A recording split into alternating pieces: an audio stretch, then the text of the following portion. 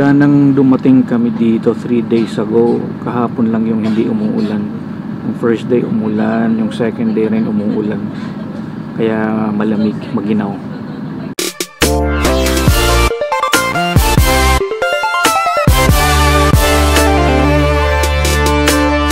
Woo! Dito na kami sa aming pupuntahan, ang Ginaw. Yan, medyo maulan dito. Yan oh. Ginaw. Ayan, may mga makikita tayo dito, mga bike sharing. Yan.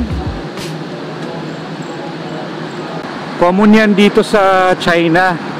Yung isa sa kanilang mode of transportation, yung bike, no? So ang tawag nila dito ay bike sharing. Yung isa sa pinakamalaking company rito, yung Mobike. Ito makikita natin ngayon dito.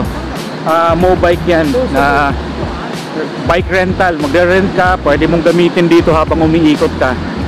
So sana may ganun tayo sa Pilipinas.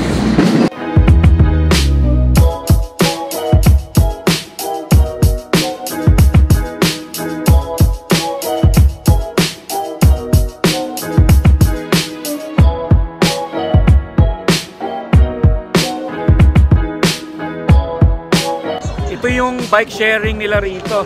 Yung number 1 na company rito is the Mobike.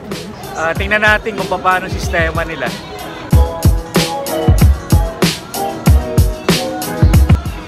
So kung gusto mong gumamit nito ay scan mo lang, nasa phone mo, scan mo lang yung app, tapos I think may ang bayad nila through the app na eh.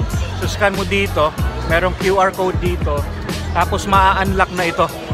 Matatanggal na yung lock nito.